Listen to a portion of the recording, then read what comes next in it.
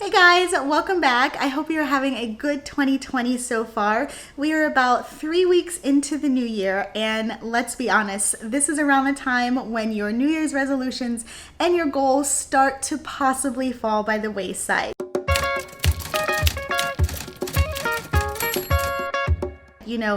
Everything that was shiny and new in the very beginning has started to dull a little bit. Things that you were excited and motivated to do before have now started to become a little bit more difficult.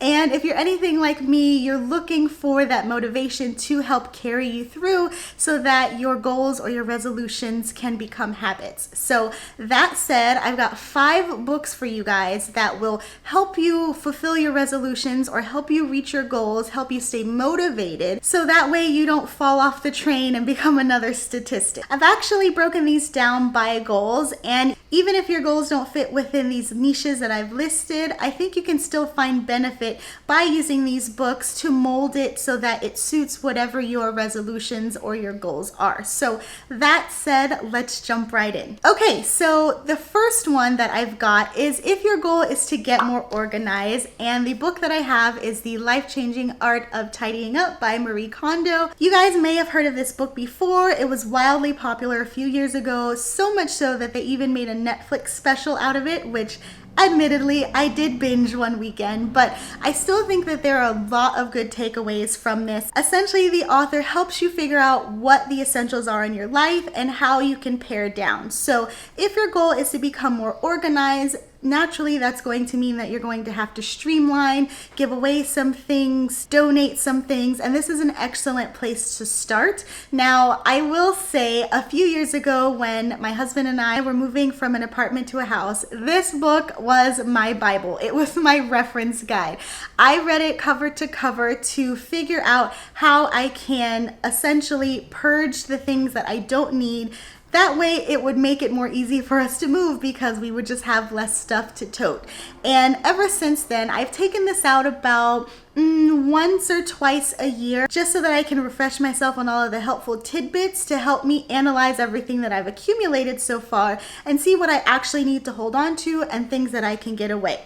I will admit, I did use this to help me pare down my books. I got rid of a lot of books, which, I'm actually quite pleased with. I don't have any regrets, and that's how you know something like this is beneficial, because instead of being filled with regret about the things that you're giving away, you feel a lot lighter, a lot more freer, and it really does help you declutter your mind as well as your space. So, like I said, if you're trying to get organized, if you want a tidier house, if you want to just even declutter your technology or your mind or just feel a lot lighter, then check this one out. Okay, next up, if your goal is to become more confident, to put yourself out there, to just feel better about yourself overall, I definitely recommend Girl Stop Apologizing by Rachel Hollis.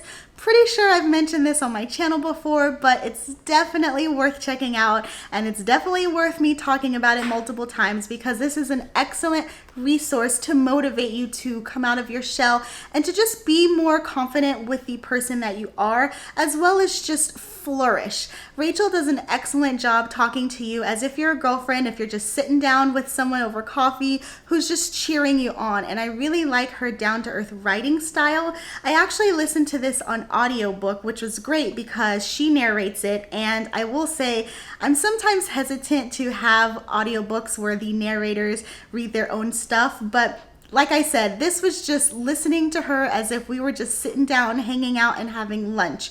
I really like the way that the chapters are formatted because they are broken down into nice bite-sized pieces. So if you are kind of reading this within the cracks of time, either one chapter at a time via audiobook or even just reading it, picking it up and reading a couple of pages at a time, it's very easy to digest. And I love the advice that she gives because in addition to getting real life advice that you can utilize, she gives you a lot of tidbits that just champion you and help you just, I would say, the equivalent of sit up straighter, feel more badass, like I said, confident overall. But let's be honest, I will say something like building confidence takes time.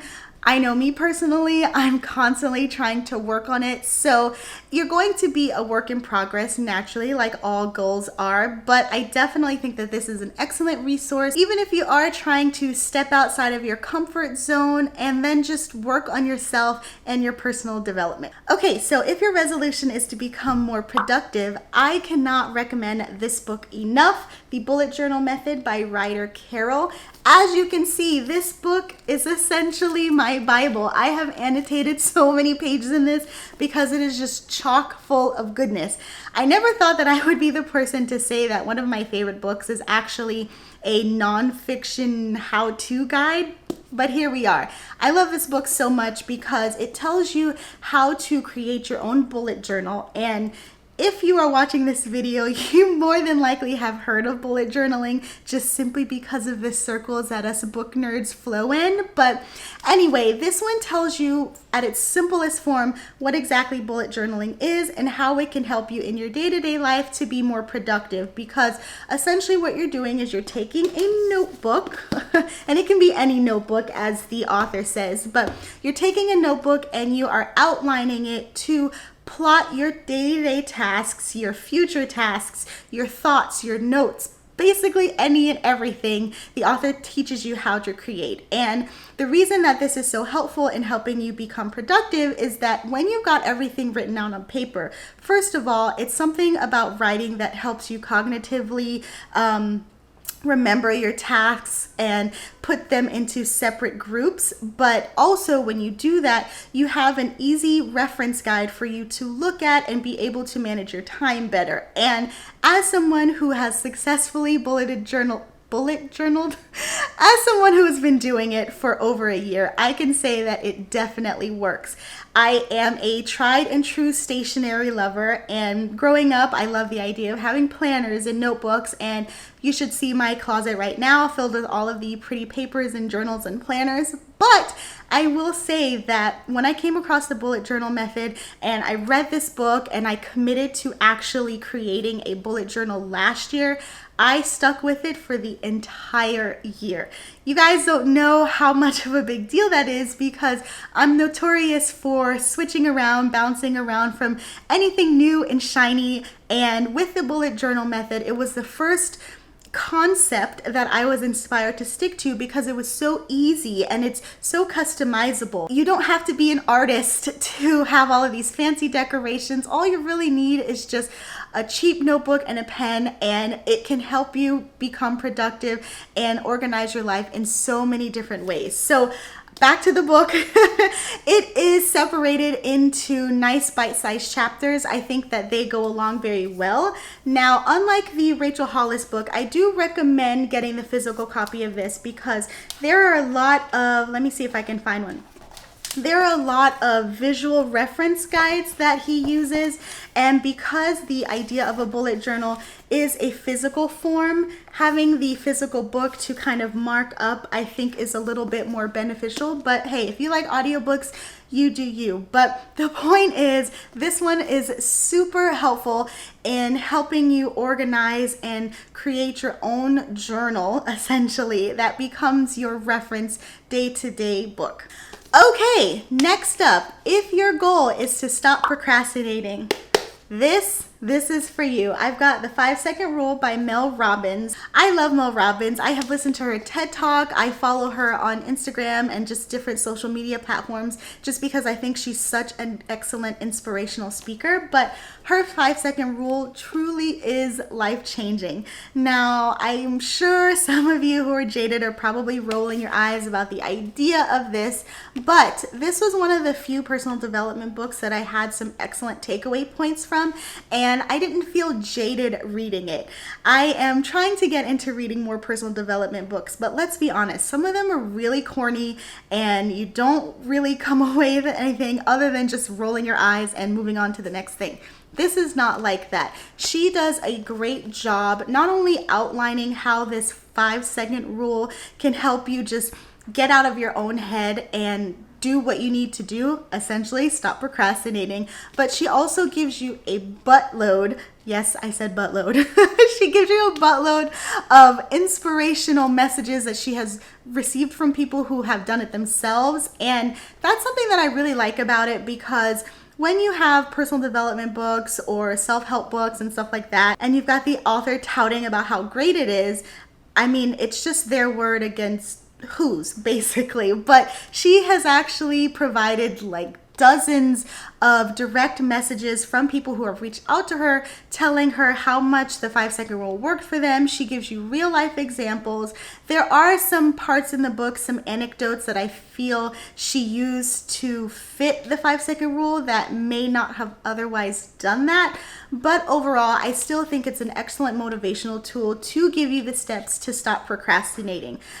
Just a quick rundown about what it's about, because the 5-second rule is something that is well known and the book just kind of dives deeper into it. But essentially, she explains the scientific rationale about how you can use counting down from 5 all the way to 1, 5, 4, 3, 2, 1, to get out of your head and go with your gut instinct to do something that you are otherwise afraid to do, or step outside of your comfort zone, or stop procrastinating. All of that kind of good stuff that will help you achieve your ideal life. And I am still working personally on implementing my own 5-second rule in my life. I know it's a work in progress, so I'll keep you guys posted, but it's definitely worth checking out if procrastination is something that you are trying to stop in 2020. Okay, last up. I will be honest, I wasn't sure how to categorize this. However, kind of think of this as a catch-all resolution, but I've got this on my resolution list as well. If your goal is to just get your shit together, just an overall become a better person, develop better habits, blah, blah, blah, this is the book for you. I've got Miracle Morning by Hal Elrod. This was actually one of my 5-star reads that I read at the end of 2019, and I cannot boast about it enough. I actually ordered the physical copy because I listened to it on audiobook. I even own the ebook, but I wanted a hardback, well, it's paperback, but I wanted a physical copy so that I can go through and annotate everything after I read it through. This is essentially a guide explaining how a well-crafted morning routine can just change your entire outlook on life and change your day-to-day habits, helping you build better habits, helping you break bad habits, and it is such a gem. I cannot recommend this book enough, because the author gives you very explicit step-by-step instructions that are not only motivating but extremely feasible. So much so that I actually did an experiment to see if I could wake up at, 4:45 every morning and do my morning routine, and I actually stuck with it for an entire month. Don't worry, I'm still doing it today, guys. I will say it has made such a difference with how I live my day-to-day life. I don't want to get all preachy or anything like that, but once you have established a well-crafted morning routine, it really does help you achieve any goal that you have. Now, even though he's got specific instructions on what you can do in the morning, you can really use this as a guide to do whatever you need to do to work towards your goals. So let's say your goal is to, I don't know, write a book this year. You can fit that into this morning routine, and that way you are not only taking steps to achieve your goal and to write that book, but you are able to carve out specific time during your day to do that, to work on your goals and to do them uninterrupted. Because a lot of the times what happens is we have the best intentions. Let's say, hey, I want to be sure to work out 4 days a week. I'll do it after work. What happens? You come home from work, you're either too tired, or your kids need you, or your husband needs you, or you've got a lot going on, and because you didn't fit it as a priority, it just kind of goes to the wayside. So you just keep putting it off. But as the author explains, if you carve out time for yourself in the morning before things get up and running, then you're sure to take these steps to actually achieve your goal by working on yourself in the morning. Okay, so there you have it. 5 books to help you achieve your goals. I know it's not a long list, but let's be honest, you don't need an entire library to teach you how to achieve your goals. Really, when the truth comes down to it, it's all about self-discipline, and these are just tools that can kind of help refine you getting to your goal. I have read each and every one of these, and I can personally vouch for them. Like everything, it's going to be a work in progress, but I really do think that these books are excellent tools to help you achieve your resolutions. So let me know in the comments below if you've made any resolutions, what they are, or even if you're against resolutions. I know my husband personally doesn't like to make resolutions because he feels like it just puts too much emphasis on the concept of a new year, which I totally get. But I myself like the idea of a fresh start, be it the beginning of the year or the beginning of the week. So I hope you guys enjoyed this video. Please like and subscribe if you did. I'd love to hear from you in the comments. And until next time, guys, bye.